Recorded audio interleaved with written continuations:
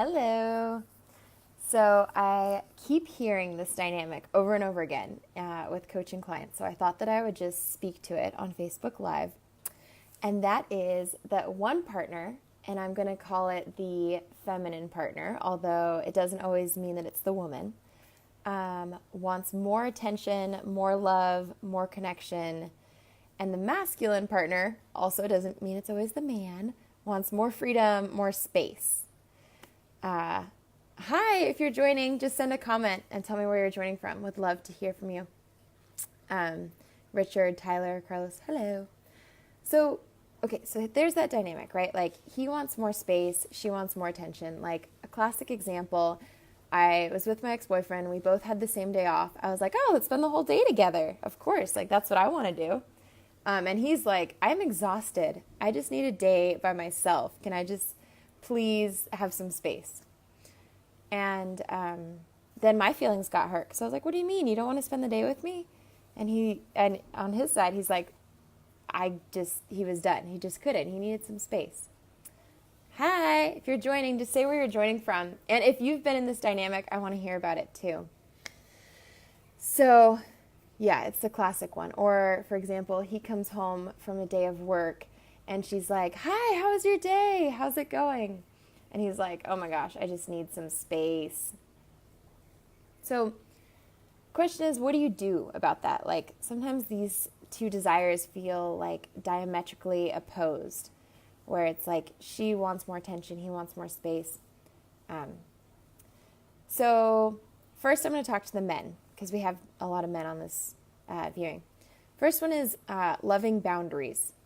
So, really tuning into like, what is it that you want to do with her, and how can you set boundaries where you don't? So in that example of like, we had the day off together, he wanted space, I wanted attention. If he genuinely wanted to see me, he could be like, I want to spend an hour with you, and then I'm going to spend 8 hours solo. So having like really clear boundaries helps, because as the partner, it's like, I would rather have like 5 minutes of your total undivided attention than 5 hours of your like half-assed, half-hearted, sort of resentful that you're there, kind of checking your phone attention.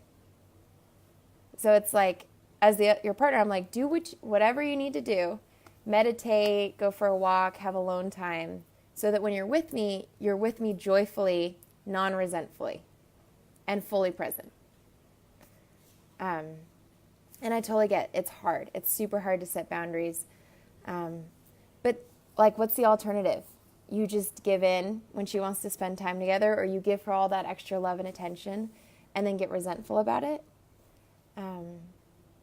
Carlos says, in any relationship, you should have enough confidence and trust to say what you think and feel. If your partner can't get that, well, ... Yeah, it's a great goal, is like total honesty, total trust. Doesn't always happen. Relationships are so funny. It's like, you got all these great theories, and then even me, I got all these great theories, and then I get in one and it just works me. And thank God, right? Like, it's the best practice. Okay, so this is for the men. What do you do in this dynamic? So have boundaries so that you don't get resentful. And then the other one is follow through on your commitments. So for example, if you take that day away and you're like, but I'll be home at 6 o'clock and we can have dinner together. Do not show up at 6:15 or 6:30. Be there at 6, because your partner has been has given you space to do what you need, and so it's really important to back her and show up.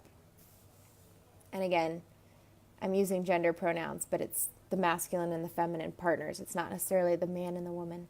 Sometimes it's the reverse, actually. Sometimes we have more feminine men with more masculine women.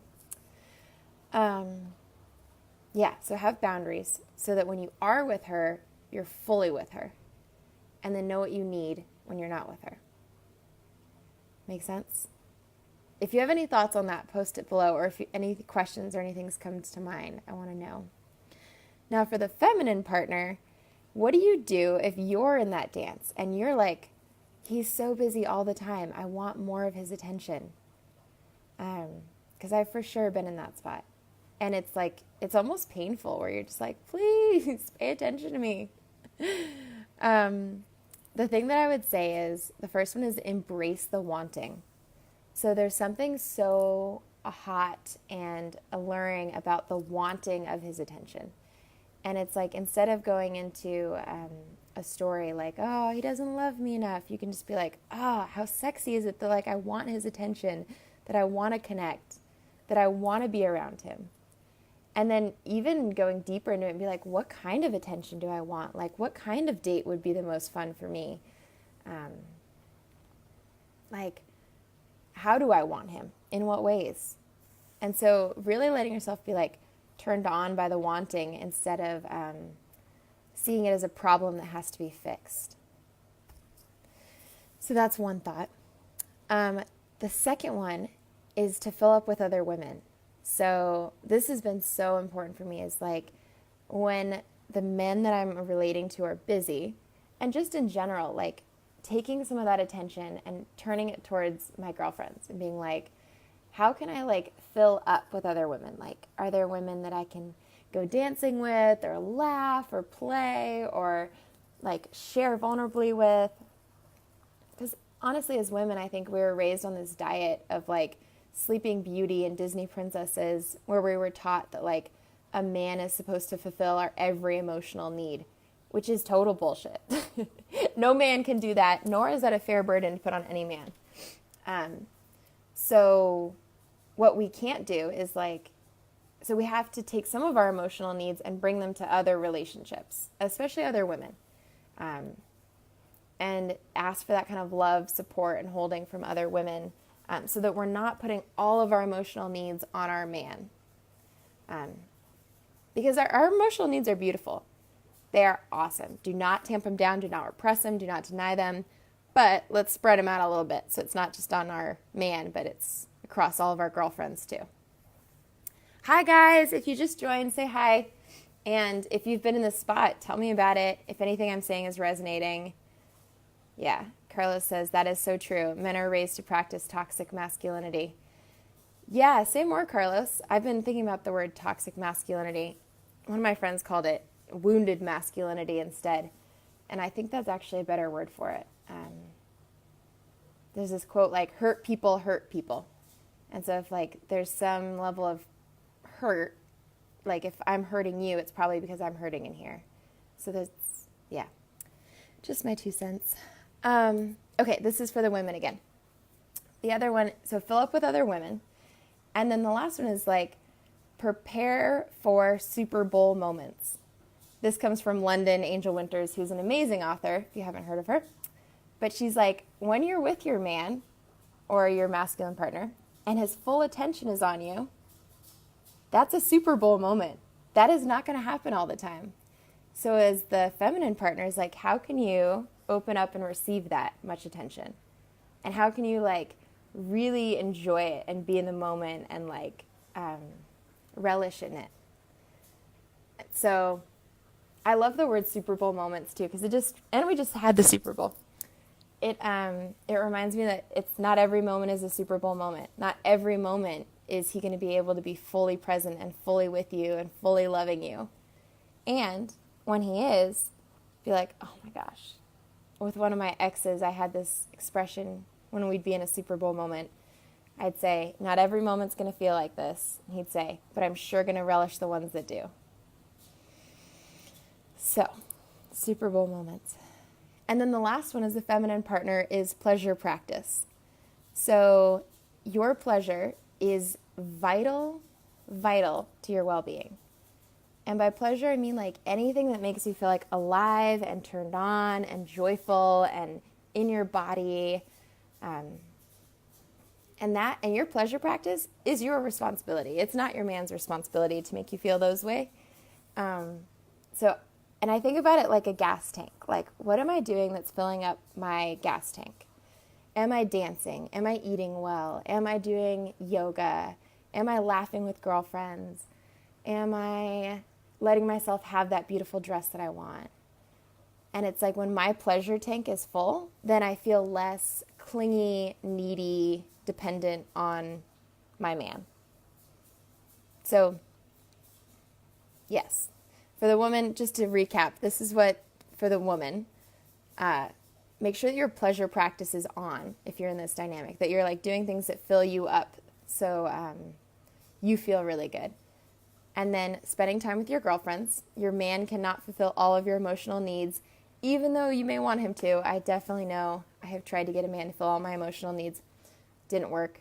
The other one is prepare for Super Bowl moments when you guys are together and it is amazing and intimate.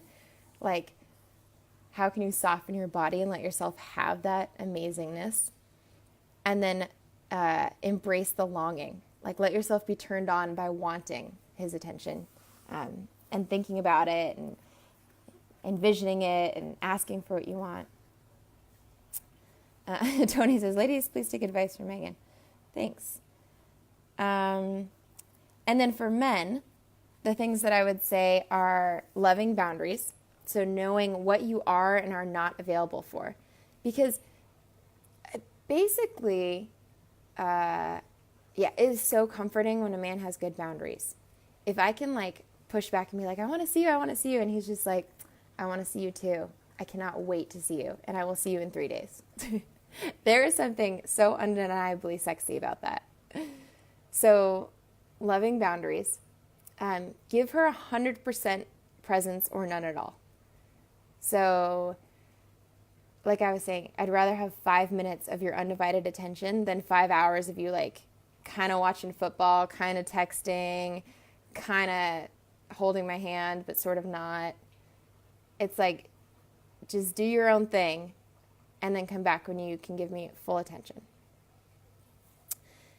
Because what that does is it makes you responsible for your time instead of just doing whatever she wants and then getting resentful about it. I hope that wasn't too hardcore to say on Facebook Live. And then the last one for the man, follow through on your commitments. If you say you're going to be there, be there. And like, don't be late, don't make excuses, just show up and be there, because then she can trust you.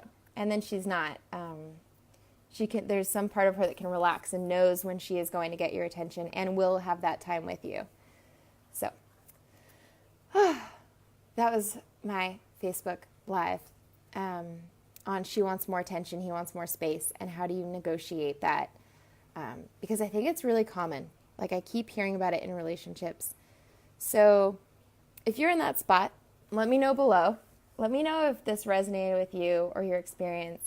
And then also feel free to reach out, send me a PM. If I can help you, I will.